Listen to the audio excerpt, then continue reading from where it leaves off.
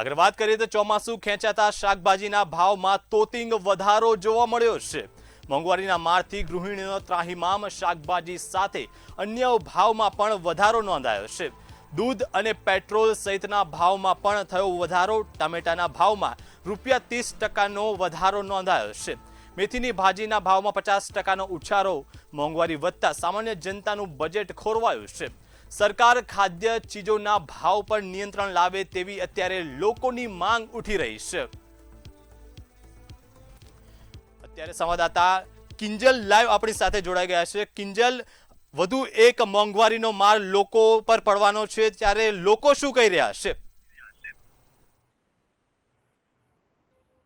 જી, જે મોંઘવારીનો માર છે તે સતત લોકો ઉપર પડી રહ્યો છે। જે મધ્યમ વર્ગના લોકો છે તેમને એક બાદ એક જે ભાવ વધારો જે છે તે સહન કરવાનો વારો આવી રહ્યો છે। હાલ જે ચોમાસાની સ્થિતિને જોતા આ વખતે ચોમાસું છે તે નબળું હોવાની હવામાન વિભાગ દ્વારા આગાહી કરવામાં આવી છે, અને જેને લઈને જે તેની સીધી અસર છે તે શાકભાજીના ભાવ ઉપર થઈ છે। શાકભાજીના ભાવમાં છે તે વધારો થયો છે અને તેની સીધી અસર ગૃહિણીઓના બજેટ ઉપર પડી છે, કારણ કે ગૃહિણી હોય છે તે રોજ બરોજ જીવન જરૂરિયાતની વસ્તુ છે તે ખરીદવા જતી હોય છે, અને આ ભાવ વધારો છે તે તેમના સીધા બજેટ ઉપર અસર કરે છે। मोहंगारी सतत बढ़ रही है, कितनी असर कर रही है? बहुत असर कर रही है। 100% समझो तो भी चले। तेल के भाव इतने बढ़ चुके हैं, सब्जी के भाव बढ़ चुके हैं, गैस सिलेंडर नहीं मिल रहा है, हर चीज में परेशानी हो रही है, कोई चीज टाइम से मिल ही नहीं रही है और मुश्किल हो गया है घर चलाना। घर चलाओ क्या हुआ? इनकम बढ़ी नहीं है, लेकिन महंगाई बढ़ चुकी है, घर कैसे चलाएंगे? इनकम में तो बढ़ावा होना चाहिए ना। घर में कमाने वाले 2 जने हो गए, खाने वाले 9 जने, क्या कर सकते हैं? એટલે ઘર ચલાવવું હાલ ગૃહિણી માટે મુશ્કેલ થઈ રહ્યું છે। તમે શું કહેશો? જો કોઈ વસ્તુ ખરીદવા જાઓ, આજે તમે લાયા હોય 20 રૂપિયામાં, આવતીકાલે જાઓ તો તેનો ભાવ 30 રૂપિયા થઈ ગયો હોય, અસર કરે છે?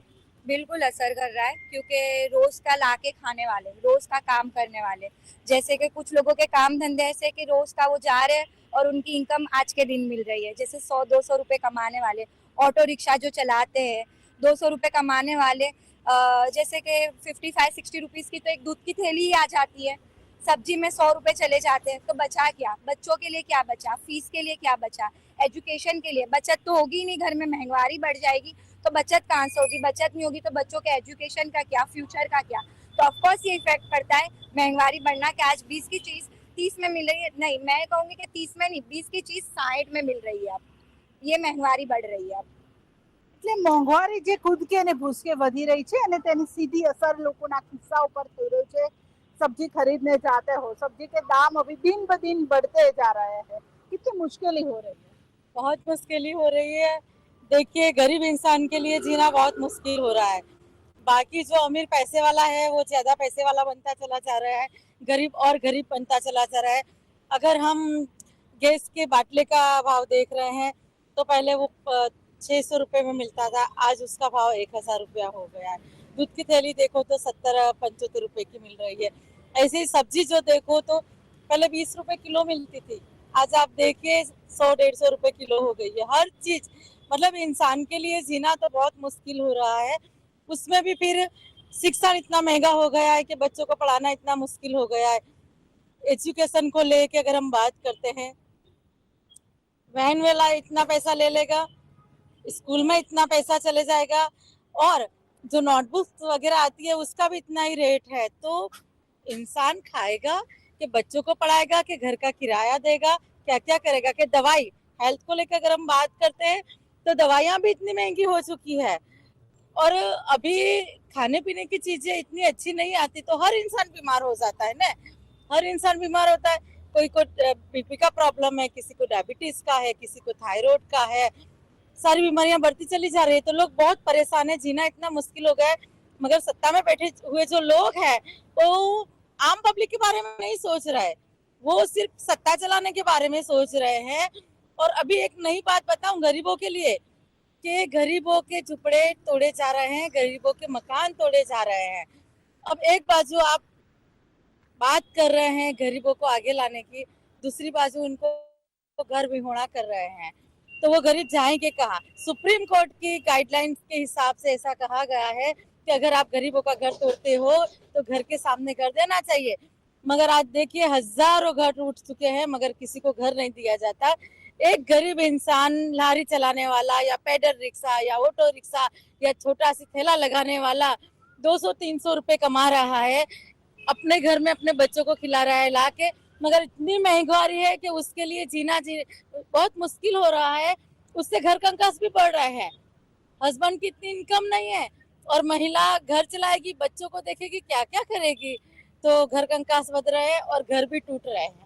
એટલે મોંઘવારીની અસર છે તે પોતાના જીવન ઉપર પણ પડી રહી છે, કારણ કે મોંઘવારી જે સતત વધી રહી છે, सब्जी लेने जाते हो तो दाम बढ़ चुका होता है, कितनी मुश्किल हो रही है? बहुत मुश्किलें हो रही है।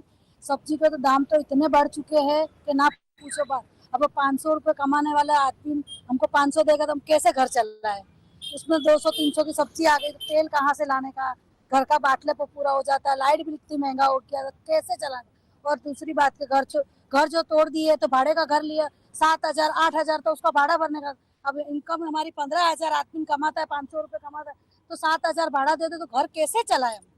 એટલે ઘર કેવી રીતે ચલાવવું તે અત્યારે મહિલાઓ માટે મુશ્કેલ બન્યું છે। आप क्या कहोगे? सब्जी के दाम दिन ब दिन बढ़ते जा रहे हैं, महंगाई बढ़ती जा रही है, कितनी असर होती है? कोई चीज लेने आप जाते हो तो सोचते हो कि नहीं इतना आज नहीं लेना है, कल ले लेंगे। हाँ, कॉम्प्रोमाइज करना पड़ता है कि भाई नहीं नहीं चलो इसको चला लो, नहीं चलाना हो तब भी चलाना पड़ता है हमको। और ये जो महंगाई जो बढ़ रही है ना उसको लेकर मतलब मध्यम वर्ग परेशान है। जो ज्यादा गरीब है वो मांग कर ले लेगा, जो अमीर है उसको उसकी जरूरत पूरी हो जाएगी, मध्यम वर्ग कहाँ पर जाएगा? इसमें इफेक्ट मध्यम वर्ग को हो रही है। और इवन एजुकेशन में भी ये कहीं ना कहीं जा रहा है कि इंसान खाएगा या बच्चों को पढ़ाएगा, क्या करेगा?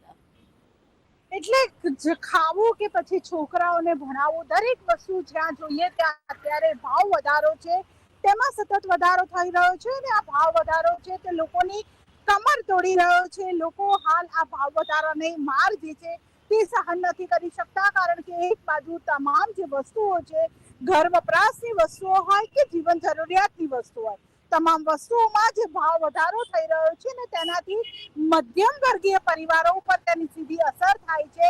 મહિલાઓ માંગ કરી રહી છે કે સરકાર છે તે આ ભાવ વધારા ઉપર અંકુશ લગાવે। જી, સમગ્ર માહિતી બદલ કિંજલ આપનો આભાર। શાકભાજી સાથે અન્ય ભાવમાં પણ વધારો થતા મધ્યમ વર્ગના બજેટમાં ખૂબ મોટી અસર જોવા મળી છે।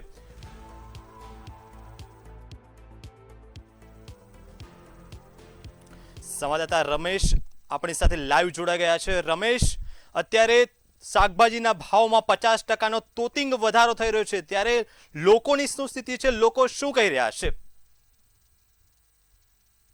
કરવામાં આવે તો જે પ્રકારે અત્યારે વરસાદ જે છે તે વરસાદ ખેંચાયો છે, એટલે કે ખેડૂતો જે પ્રકારે શાકભાજીનું વાવેતર કરતા હોય છે અને આ વાવેતર થયા બાદ શાકભાજી મહિના 2 મહિના સુધીમાં તૈયાર થતી હોય છે, એટલે કે તેને લઈ અને જે શાકભાજીના ભાવો છે તેને લાંબો ફરક નથી પડતો હોતો। પરંતુ આ વર્ષે વરસાદ ખેંચાયો છે અને વરસાદ ખેંચાવાના કારણે શાકભાજીનું વાવેતર થયું નથી, એટલે કે માર્કેટમાં જે પ્રકારે અત્યારે શાકભાજી છે તેમાં 50%નો તોતિંગ વધારો જોવા મળ્યો છે। બીજી તરફ જે ટ્રાન્સપોર્ટેશનનું છે, એટલે કે જે પ્રકારે ડીઝલ પેટ્રોલના ભાવમાં વધારો થયો છે, એટલે કે શાકભાજી ખેતરથી લઈ અને માર્કેટ સુધી જે લાવવામાં આવી રહી છે તેમાં પણ ભાવ વધારો અત્યારે ટ્રાન્સપોર્ટેશનમાં થતા શાકભાજીના ભાવ વધી રહ્યા છે, એટલે કે જે ગૃહિણીઓ છે તેમને અત્યારે જે પ્રકારે તકલીફ પડી રહી છે, દૂધ હોય, ગેસ હોય કે શાકભાજી હોય, આ તમામના જે પ્રકારે ભાવ વધારો થયો છે તેને લઈને અત્યારે ગૃહિણીનું બજેટ પણ ખોરવાયું છે અને ગૃહિણીઓને મોંઘવારીનો માર સહન કરવાનો વારો પણ આવી રહ્યો છે।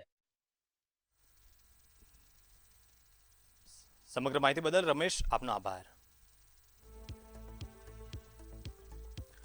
ત્યારે 50%ના તોતિંગ વધારાના કારણે અત્યારે ગૃહિણીનું બજેટ ક્યાંક ને ક્યાંક ખોરવાતું હોય તેવું લાગી રહ્યું છે।